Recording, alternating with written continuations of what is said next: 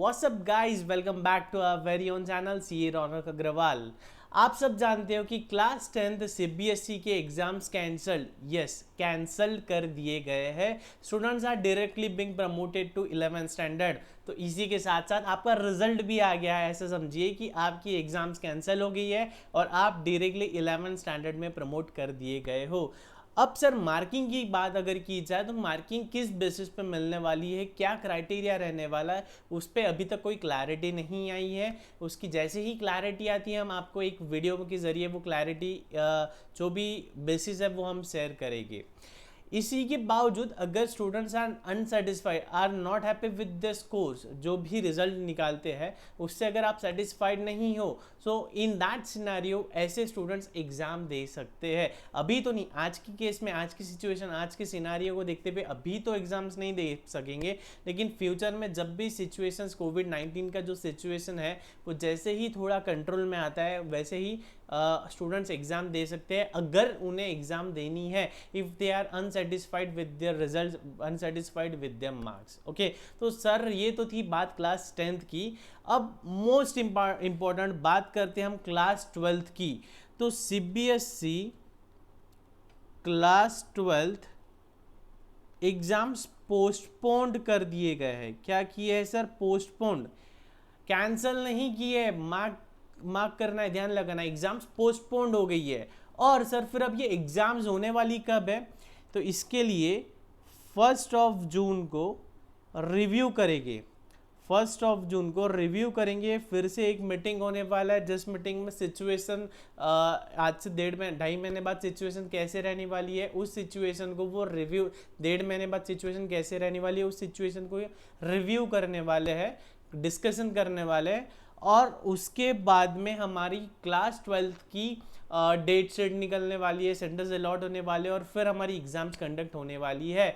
लेकिन सर क्या एग्जाम्स अचानक हो जाएंगी क्या? नहीं, आपको 15 डेज का प्रायर नोटिस मिलेगा, 15 डेज नोटिस मिलेगा। ठीक है, मतलब एग्जाम कंडक्ट करने के पहले 15 डेज एटलीस्ट आपको समय मिलने वाला है।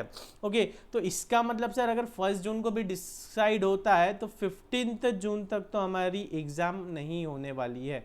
तो 15 जून तक हमारी एग्ज़ाम्स नहीं होने वाली है। लेकिन देखो 1 जून को बोला है तो 1 जून को ही डिसीजन नहीं आने वाला है। तो जहाँ तक मैं जानता हूँ जून में तो आपकी एग्ज़ाम्स नहीं होने वाली है। आपकी एग्ज़ाम्स होगी तो जुलाई फर्स्ट वीक में हो सकती है, अगर वो भी अगर situations, pandemic situations are under control. In that scenario आपकी एग्जाम्स आज के हिसाब से जुलाई फर्स्ट वीक में या जून एकदम लास्ट वीक में हो सकती है। ओके, तो फॉर श्योर अभी आपके पास काफ़ी समय है।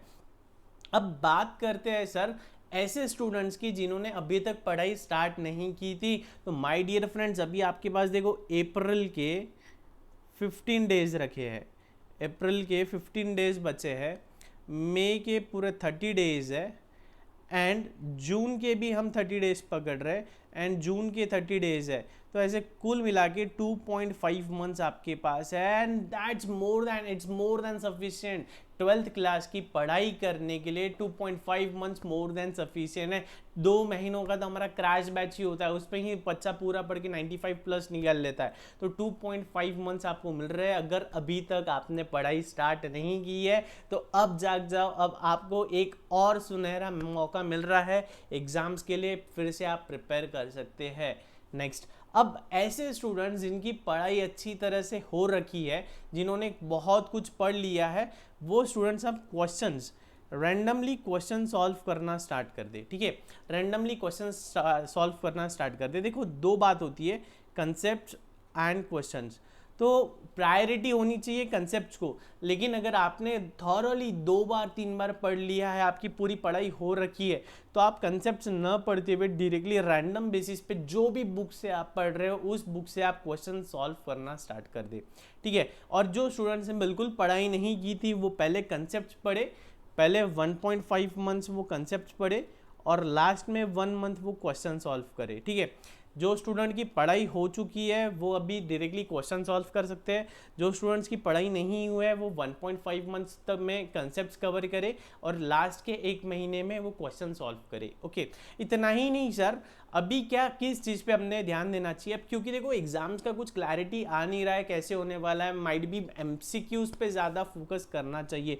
क्यों? क्योंकि ऐसा हो सकता है कि इस एग्जाम का जो ड्यूरेशन है ड्यूरेशन कम कर दिया, जैसे कि 3 आवर्स का पेपर है तो 2 आवर्स में कंप्लीट करना हो, ताकि ज़्यादा कॉन्टैक्ट्स ना बढ़े। तो इसलिए क्या हो सकता है कि एमसीक्यूज़ का वेटेज ज़्यादा हो सकता है। तो इसलिए मैं ये कहूँगा कि एमसीक्यूज़ की ज़्यादा से ज़्यादा पढ़ाई करनी है, ठीक है।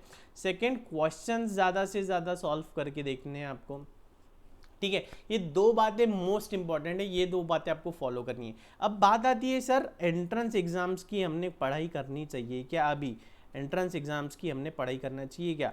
देखो माय डियर फ्रेंड्स, अभी कैसा है कि एंट्रेंस एग्जाम की वैल्यू बहुत ज़्यादा बढ़ने वाली है, क्योंकि अभी एग्जाम्स के रिजल्ट 12th के कौन से बेसिस पे आएगी, एग्जाम्स कंडक्ट होंगी नहीं होगी, कब होगी, क्या बेसिस पे मार्किंग मिलेगा, सारा अभी अंधेरे में है। तो ऐसे सिचुएशन में, ऐसे सिनारियो में एंट्रेंस एग्जाम्स की वैल्यू अपनी अलग ही बढ़ जाती है।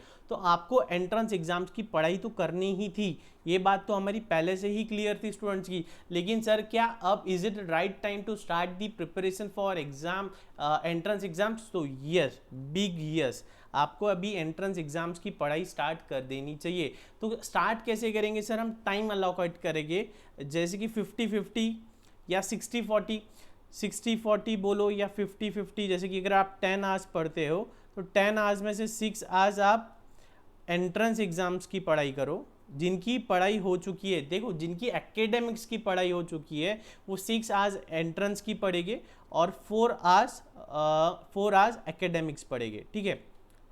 जितना भी आप पढ़ते हो, अगर आप 5 आवर्स की पढ़ाई करते हो तो 3-2 हो गया, जो भी आप पढ़ते हो, 8 आवर्स पढ़ते हो तो आधा आधा पढ़ना हो तो आधा आधा पढ़ लो। तो जी हाँ, जिनकी पढ़ाई हो रखी है they can go for entrance exams. So guys, ये एक रोड मैप है। इसके बावजूद भी अगर आपको कोई डिफिकल्टी आती है, कोई सिचुएशन, आपको अगर कोई स्ट्रेस है या अक्सर कैसे यूटिलाइज करें ये 2.5 मंथ्स, अगर आपको ये डाउट्स आ रहे हैं तो आप मुझे कभी भी व्हाट्सएप कर सकते हो 9404855973 पे, ओके। तो और ऐसे स्टूडेंट्स, अच्छा एक कमेंट कर दीजिए, ये जो नोटिफिकेशन आया है उसके बाद में कुछ स्टूडेंट्स बहुत हैप्पी हो गए, कुछ स्टूडेंट्स उदास हो गए और कुछ स्टूडेंट्स डायलेमा में आ गए, ठीक है। तो आप कौन सी कैटेगरी में हो ये कमेंट बॉक्स में कमेंट करके बताइए। आप खुश हो या आप ये अनहैप्पी हो इस जजमेंट से, या आप डायलेमा में हो, ठीक है। अच्छा माय डियर फ्रेंड्स, एक कहावत सुनी होगी आपने, सर सलामत तो पगड़ी हजार। सर सलामत तो पगड़ी हजार, अगर आप जिंदा हो तो पैसा 1000 कमा सकते हो, हजारों लाखों रुपया कमा सकते हो, ठीक है। भैया जी ये जो नोटिफिकेशन आया है सर, ये जो नोटिफिकेशन है ये आप सबकी भलाई के लिए है। अगर मान लीजिए आपकी पूरी पढ़ाई हो रखी होती, आपने बहुत अच्छे से 95+ की तैयारी कर रखी है, लेकिन एग्जाम्स के टाइम पे अगर आपको ये डेडली डिसीज हो जाती है तो फिर क्या, आप एग्जाम्स नहीं दे पाओगे, है ना। तो आपके प्रिकॉशन को, आपकी हेल्थ को, आपकी सेफ्टी को ध्यान में रखते हुए ये डिसीजन लिया गया है, तो इसे पॉजिटिवली लेना है। और इसका जो 2.5 मंथ्स का आपको अप्रॉक्सीमेटली एक्सटेंशन मिल रहा है उसका ज़्यादा से ज़्यादा अच्छी तरह से यूज़ करना है। So here I am CA Raunak Agarwal signing off, take care, love you all, bye bye.